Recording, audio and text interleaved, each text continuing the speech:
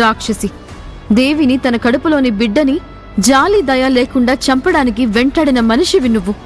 పాపిష్టిదానం, గుళ్ళో నాకు ఇంకొకరితో పెళ్లి చేద్దామని చూసా.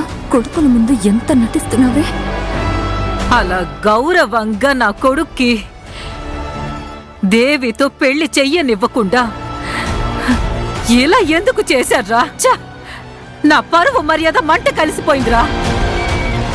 అత్తయ్య, నువ్వు నీ నోటితో మాత్రం నన్ను అలా పిలవకు. నేను నీకు అత్తని కాదు, నువ్వు నా కోడలివి కాదు. ఈ పెళ్లిని నేను ఎప్పటికీ అంగీకరించలేనురా.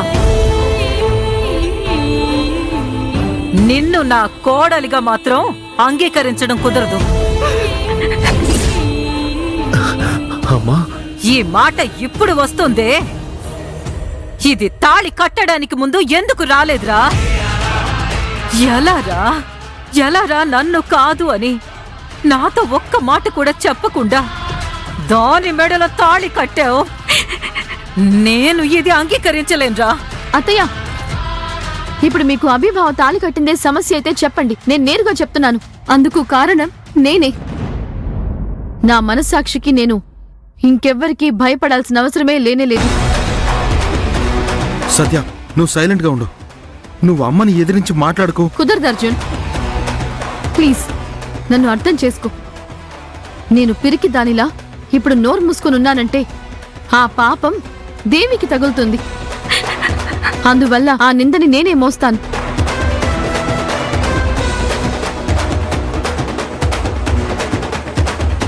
అత్తయ్య, అన్ని సమస్యలకి నేనే కారణం. మీరు న్యాయంగా ఈ విషయంలో తప్పు పట్టాల్సింది ఎవరినో కాదు, నన్ను. రే అభి, సత్య ఏదో తెలియక మాట్లాడుతోంది. తను రెచ్చగొట్టినంత మాత్రాన నీ బుద్ధి ఎక్కడికి పోయిందిరా? నువ్వు దేవిని పెళ్లి చేసుకుని ఇంటికి తీసుకురావడమే ఇప్పుడు గొడవకి కారణం. అత్తయ్య, కొంచెం ఆలోచించండి ప్లీజ్. దేవి జీవితానికి, తన కడుపులో పెరిగే బిడ్డకి బాధ్యత ఎవరు? దానికంటూ ఒక భరోసా కావాలి కదా. దేవి నీకు ఏమవుతుంది అసలు? మీ ఇద్దరికి సంబంధం ఏంటి? అదే చెప్పాను కదత్తయ్య, మండపంలోనే నాకు దేవి గురించి మొత్తం తెలిసిందని. ముక్కు ముఖం తెలియని దాని కోసమే నువ్వు ఇంతలా మాట్లాడుతున్నావే? 10 నెలలు మోసి కని పెంచిన కొడుకు, నా రక్తం, నా వారసుడు, నన్ను కాదని పెళ్లి చేసుకుంటే అది నాకు బాధ కలిగించదా? నా గుండె ముక్కలవ్వదా? దాని కడుపులో ఉన్న 3 నెలల బిడ్డ గురించే నువ్వు ఇంతలా మాట్లాడుతున్నావు. 30 ఏళ్ల నుంచి జాగ్రత్తగా కంటికి రెప్పలా ప్రాణానికి ప్రాణంగా పెంచిన కొడుకు వీడు. నాకు బాధ కలగదా? నాకు కోపం రాదా? అభి పెళ్లి చేయడం ఎన్నో ఏళ్ల కల. నేనే అర్జున్కి నీకు పెళ్లి కుదిర్చాను. కానీ మీరు అంతకు ముందే ప్రేమించుకుని నన్ను మీరు మోసం చేసినా కూడా అంతకంటే ఎన్నో రెట్లు మోసం, ఆవేదన, మనోవేదన ఇప్పుడు నేను అనుభవిస్తున్నాను. అందులోనూ నా కన్న కొడుకే నాకు పెళ్లి బహుమతి ఇచ్చాడు అని తలుచుకుంటుంటేనే నేను తట్టుకోలేకపోతున్నాను. ఇలా చెప్ప పెట్టకుండా దొంగ పెళ్లి చేసుకుని ఇంటికి తీసుకొచ్చాడు. అయ్యో, అమ్మా ప్లీజ్ అమ్మా, అమ్మా ప్లీజ్ అమ్మా, ప్లీజ్ అమ్మా. ఎందుకురా నేను మీ మీద ఇంతగా ప్రేమను పెంచుకున్నాను?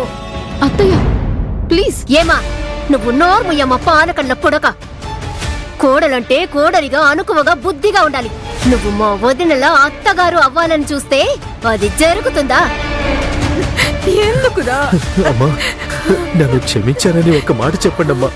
దయచేసి దేవిని అంగీకరించడమ్మా. తప్పు ఎవరిది కాదమ్మా, పరిస్థితి అలాంటిది. క్షమించమ్మా.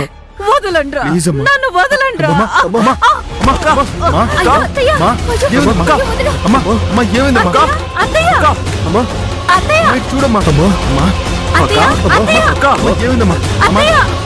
అమ్మాయి శృతి టెన్షన్ తో అక్కకి బీపీ పెరిగినట్లుంది వెళ్ళి బీపీ టాబ్లెట్ తీసుకురా వెళ్ళు వెళ్ళు వెళ్ళు అలాగే అమ్మా అమ్మా అమ్మా అక్క అమ్మా అమ్మా అయ్యో అమ్మా ఏమైందమ్మా ఏయ్, నువ్వు పెద్ద మహాజాతకురాలివే.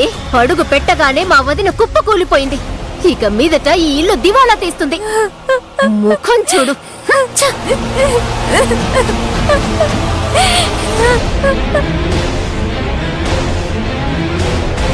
అమ్మా అమ్మా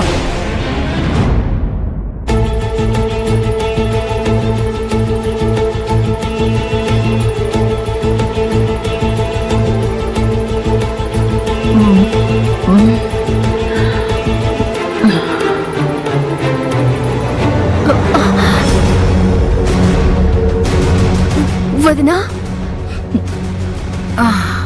అక్క అక్క మెల్లగా ఏమైంది?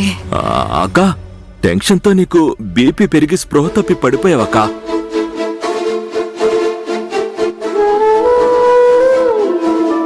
ఎందుకు అందరు ఇక్కడే నిలబడున్నారు? ఇక్కడ నుంచి వెళ్ళండి. అమ్మా ప్లీజ్ కొంచెం కామ్ డౌన్ అవ్వండి అమ్మా. అమ్మా డాక్టర్ దగ్గరికి వెళ్దామమ్మా లేక ఆయన్ని ఇక్కడికి రమ్మని చెప్పనా? ఇప్పుడు నీకెలా ఉందమ్మా?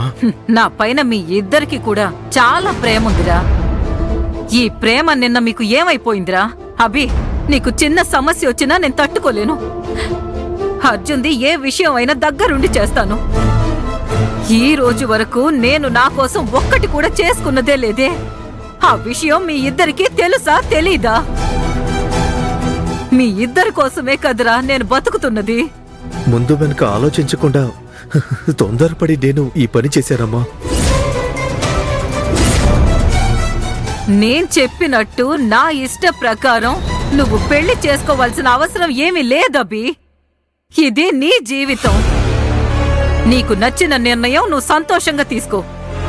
కానీ ఇందులో నా బాధ అంతా ఏంటంటే నా కళ్ళ ముందు ఈ పెళ్లి జరగకుండానే, నాతో చెప్పకుండానే ఏదో ఒక గుళ్ళోకి ఎవ్వరూ లేని వాళ్లలాగా, అనాథల్లాగా దొంగతనంగా నువ్వు పెళ్లి చేసుకోవడమే నా దగ్గర దాచిపెట్టావు కదరా అవి.